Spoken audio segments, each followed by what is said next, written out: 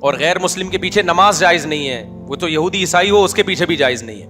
سمجھتے ہو کہ نہیں سمجھتے؟ تو یہودی عیسائی ایسے غیر مسلم ہیں کہ ان کو اللہ نے 2 پروٹوکول دے دیے کہ ان کی عورت سے نکاح کر سکتے ہیں, ان کے مرد سے نہیں ہو سکتا. نمبر 2, وہ جب جانور ذبح کریں گے تو وہ حلال ہے ہمارے لیے. یہ صرف عیسائی اور یہودی کو پروٹوکول دیا. مسلمانوں میں کوئی مشرک ہو جائے اس کو یہ پروٹوکول نہیں دیا, اس کی کوئی دلیل نہیں, کیونکہ وہ بڑا مجرم ہے نا, توحید میں پیدا ہو کے شرک کر رہا ہے. ارے عیسائی تو پیدا عیسائی گھرانے میں ہوا نا, اس کا جرم ہلکا ہے. مسلمان پیدا توحید میں ہوا, ہمیشہ ایاک نعبد و ایاک نستعین پڑھتا ہے اور جاتا پھر مزاروں پہ سجدے کرتا ہے, تو یہ بڑا مجرم ہے. اس کا ذبیحہ حلال نہیں ہے, ایسی عورت سے نکاح جائز نہیں ہے. سمجھتے ہو؟ کیونکہ یہ ارتداد کے حکم میں ہے, مرتد کے حکم میں ہے. اب کیا مسئلہ ہے کہ یہ جو اسلام کے دائرے میں لوگوں نے کہا ہے کہ بھائی ہم نے جوڑ پیدا کرنے کے لیے اب ہر ایک کو ہم مسلم ہی سمجھیں گے یا سب کے پیچھے نماز جائز ہے, یہ بھی غلط ہے. بعض لوگ یہ کہتے ہیں نماز ہم تو بھائی ہر ایک کے پیچھے پڑھ لیتے ہیں, ہمیں اس سے کوئی غرض نہیں, ہم براڈ مائنڈیڈ لوگ ہیں. تو براڈ مائنڈیڈ بننے کی بھی ہمیں اتنی اجازت ہے جتنی شریعت نے اجازت بولو دی. نہ اتنے کڑوے بنو کہ لوگ تھوکنا شروع کر دیں, نہ اتنے میٹھے بنو کہ لوگ نگلنا شروع کر دیں. ہمارے ابا کا ملفوظ ہے یہ. وہ ہوا یہ تھا کہ ایک انٹی آگے نا ہمارے گھر میں بیٹھی رہتی تھی 24 گھنٹے, ہماری والدہ کی دوست بن گئی تھی وہ.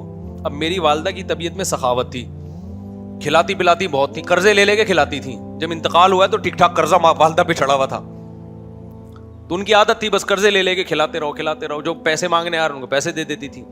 خرچہ کس کا ہو رہا تھا؟ ابا کا. ٹھیک ہے, ابا کو ٹھگ ہے یار, اپنے خرچے پہ چلو سخاوت اچھی ہوتی ہے. والدہ کے پاس اپنا خرچہ بھی ہوتا تھا, اس میں بھی کرتی تھی. تو اب کیا ہوتا تھا, ایک انٹی آگے ہمارے گھر میں بیٹھ گئی, وہ جا ہی نہیں رہی, ان کے مزے لگ گئے کہ یار فری پکڑ کا کھانا بھی آ رہا ہے, فری پکڑ کا. تو ہماری والدہ بھی پھر بڑی گپ شپ والی تھی, تو ابا نے 2-3 دن تو برداشت کیا. اس کے بعد ہمارے ابا ہماری والدہ کو لے کے بیٹھے, بولا بھائی انٹی کیا لگتی ہے آپ کی, 2-3 دن سے میں دیکھ رہا ہوں جب بھی گھر میں آؤ یہ بیٹھی ہوتی ہیں, تو ان کو بولو پتلی گلی سے نکلو بھائی, اپنے گھر جاؤ, یہ کوئی گھر بار نہیں ہے کیا؟ والدہ نے کہا اصل میں دیکھوں میں ان کو اب کیسے بولوں کہ آپ چلی جائیں, اب یہ آ جاتی ہے بیچاری, میں کیسے منع کروں. اس وقت میرے والد صاحب نے کہا بھائی وہ ہمیں نصیحت یاد رہ گئی, نہ اتنے میٹھے بنو کہ لوگ کھانا شروع کر دیں. آپ کے اخلاق اتنے اچھے ہو گئے, سارے محلے والے آپ کے گھر میں آ کے بیٹھ گئے جی, کہ مفتی صاحب تو کبھی نو کرتے ہی نہیں ہے نا, بھگاتے ہی نہیں ہے. اور نہ اتنے کڑوے بنو کہ لوگ آپ سے نفرت کرنا شروع کر دیں. کہ آپ نے مسافہ کرنا بھی چھوڑ دیا, دور سے جا رہا ہے تو آپ گالیاں دینا شروع کر دی آپ نے, دفعہ ہو یہاں سے, تاکہ آئے نہیں قریب آپ کے. تو یہ میرے والد صاحب کے بڑے, اور والد صاحب تھے بھی پریکٹیکلی ایسے ہی تھے وہ, یعنی وہ عملی زندگی میں بھی اسی طرح ہی تھے. نہ اتنے میٹھے بنے کہ لوگوں نے کھانا شروع کر دیا, نہ اتنے کڑوے بنے کہ لوگ بھاگنا شروع ہو گئے, کہ نفرت کرنا شروع کر دی. تو یہاں بھی مذہب کے معاملے میں بھی ایسا ہے بھائی کہ ہم غیر مسلم کے معاملے میں نہ اتنے میٹھے بنیں گے کہ غیر مسلم کو بھی مسلم کہنا شروع کر دیں ہم, اور ہم کہیں جو شخص بھی اسلام کی طرف نسبت کر دے, کوئی ختم نبوت کا انکار کرے, ہم براڈ مائنڈیڈ بنے. کوئی بات نہیں یار, انکار ہی کیا ہے نا, اللہ خود پوچھ لے گا, یہ ہمارا مسلم بھائی ہے. کوئی کہے کہ نبی صلی اللہ علیہ وسلم عالم الغیب ہیں, مختار کل ہیں, مشکل کشا ہیں, کہ نہیں یار ہم کسی کو کافر نہیں کہہ سکتے. ہم سب کے پیچھے نماز پڑھ لیں گے. اس کا مطلب آپ اتنے میٹھے بن گئے ہو کہ اب لوگ آپ کو کھانا, اور آپ کو نہیں کھائیں گے, اسلام کو کھانا شروع کر دیں گے. توحید اور غیر توحید میں فرق کیا ہو جائے گا؟ ختم. جب سب کے پیچھے نماز ہوگی تو کل پھر اتنے براڈ مائنڈیڈ بنیں گے کہ ہندو بھی مسجد بنا کے کھڑا ہو جائے گا. ہندو کے پیچھے بھی ہو رہی ہے, پھر تو عیسائی کے پیچھے بھی ہو رہی ہے, پھر تو یہودی کے پیچھے بھی ہو رہی ہے, پھر تھوڑے دنوں میں مسجد اور مندر کے نام چینج ہو جائیں گے. مسجد کو لوگ پیار سے مندر کہیں گے, مندر کو لوگ پیار سے کیا کہیں گے؟ مسجد کہیں گے. یار ان چیزوں میں کچھ نہیں رکھا. جب علماء کہیں گے نا, کہتے ہیں نہیں براڈ مائنڈیڈ بنو. تو یہ براڈ مائنڈیڈ, دیکھو انگریز جو براڈ مائنڈیڈ آج بنا ہوا نا, ابا لیس ہو گیا, براڈ مائنڈیڈ ہونے کی وجہ سے ہوا نا. تو اتنی جلدی نہیں ہوا ہے. شروع میں انہوں نے کیا کہا, پردے کو ختم کیا اپنی سوسائٹی سے. پھر انہوں نے نکاح کے نظام کو ختم کیا, girl friend boy friend system آیا. پھر ہوتے ہوتے ابا مارکیٹ سے آہستہ آہستہ شارٹ ہو گئے. پھر اتنے براڈ مائنڈیڈ بنے کہ لڑکی لڑکے کا فرق ختم, ہومو سیکچولیٹی کو, LGBT کے بعد Q آیا, پھر Q کے بعد بھی اتنی چیزیں آ گئی ہیں نا, پوری حروف تہجی انگلش کی ختم ہو جائے گی. LGBT کا مطلب لیسبین, اور یہ گائے ہے, اور یہ فلانا ہے تو ڈمکانا ہے. تو اتنی قسم کی فیلنگز مارکیٹ میں آ گئی, ہر فیلنگ کو انہوں نے ایک الگ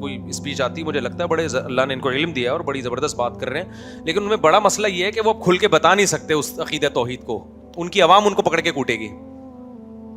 جیسے اہل حدیث علماء میں بعض علماء ایسے ہیں جن کا عقیدہ 3 طلاقیں 3 ہوتی ہیں, لیکن وہ کھل کے بتا نہیں سکتے, جیسے حافظ زبیر علی زئی تھے, کھل کے نہیں بتا سکتے تھے وہ, کیونکہ اتنے انہوں نے فتوے دے دے کے 3 طلاقوں کو ایک کر کے کیا ہے نا, کہ وہ پھر اب اتنا زیادہ آپ آگے جا چکے ہیں ایکسٹریم لیول پہ, اب ریورس واپسی کا دروازہ بند کر لیا, تو اس لیے ایکسٹریم پہ جانا ہی نہیں چاہیے تھا نا. تو اب یہاں بھی ایسے ہی ہے, بعض بریلوی علماء ہیں جن کو پتا ہے کہ یہ غلط ہو رہا ہے جو کچھ ہو رہا ہے. مفتی منیب صاحب بھی تو بولتے تھے نا, یہ جو انہوں نے کیا ہوا ہے ربیع الاول میں جو کچھ ہو رہا ہے, یہ کہاں خود اس کی مخالفت کرتے تھے وہ تو. لیکن بعض ان کے اسکالرز ایسے ہیں کہ اب ان کو پتا ہے ہم نے ذرا کھل کے بات کی تو پبلک نہیں چھوڑے گی, ہم شروع سے ہی ایک ٹریک پہ چل رہے ہیں. ایک بریلوی امام نے بتایا, بیچارے کے دل کی بات تھی, کہنے لگا یار یہ دیوبندیوں کے بڑے مزے ہیں بھائی.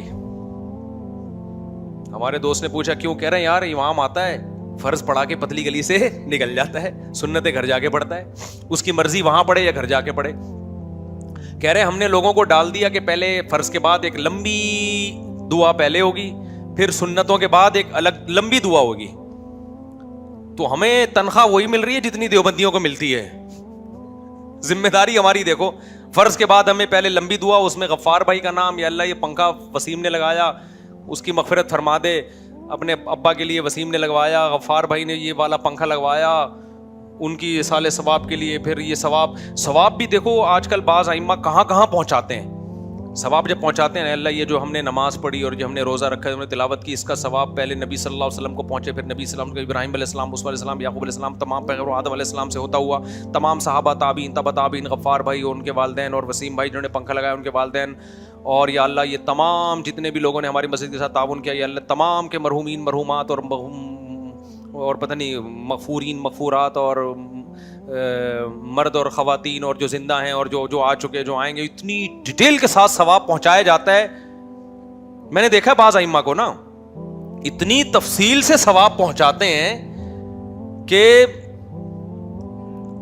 اللہ کی پناہ بھائی, ایک ہی دفعہ پہنچا سکتا ہے آدمی کے پاس, دوبارہ ایسا ثواب گھر گھر دستک دے کے پہنچانے کا جو ثواب کا انتظام ہے نا, ایسا لگتا ہے ثواب شاپر میں ڈال کے جتنے بھی مرحومین ہیں الگ الگ ہر ایک کی قبر پہ نوک کر کے اس کو پہنچایا جا رہا ہے. تو بھائی اتنی ڈیٹیل سے ثواب پہنچانے کی ضرورت ہمیں, دیکھو ہم کیسے ہم سنت کو فالو کر رہے ہیں نا.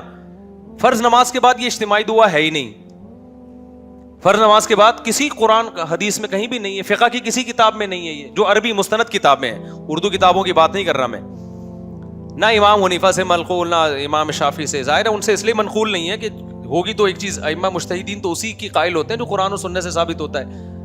تو اب ہم نے کیا, ہمارے لیے بہت آسانی, ہم تو اللہم انت السلام پڑھا, نکل لیے پتلی گلی سے, جا کے انڈے چیک کیے مرغیوں کے, بھائی چوزا کتنا نکلا ہے, پھر اس کے بعد جا کے سنتیں پڑھ لیں. کوئی سنتیں بھی ہم پہ فوراً مسلط نہیں ہوتی, گھر پہ بھی پڑھ سکتے ہیں, یہاں بھی پڑھ سکتے ہیں, دفتر میں بھی پڑھ سکتے ہیں, آزاد ہو گئے. کسی دن موڈ ہوا دعا کا تو لمبی دعا بھی کرا دی, یہ بھی کوئی حرام بھی نہیں ہے کہ دعا کرانا. موڈ ہوا تو آج موڈ ہے بھائی آج کیا کرا دو, چلو یار لمبی دعا ہو جائے. لیکن جو گرین چینل والے بیچارے, وہ ائمہ کی اندر کی دل کی کیفیت میں بتا رہا ہوں. میرا بیان سن کے ہو سکتا ہے ہمارے گرین چینل والے بھائی میری مخالفت کریں, لیکن ائمہ کہیں گے مفتی صاحب دل کی آپ نے بات شیئر کر دی ہے. یہ بیچارے اتنے پریشانی میں ہوتے ہیں, تنخواہ دیوبندیوں والی ملتی ہے, لیکن ذمہ داری کتنی. امام پہلے سے آ کے بیٹھے گا مسلح پہ, ہم تو جب ٹائم ہوتا ہے نا ٹھک کر کے اسٹائل سے آتے ہیں مسلح پہ کھڑے ہوئے, اس سے پہلے مسلح کو ہم پابند نہیں ہوتے, آتے ہیں. اور سنت بھی یہی ہے, نبی صلی اللہ علیہ وسلم جماعت کے وقت میں اپنے حجرے سے تشریف لاتے تھے.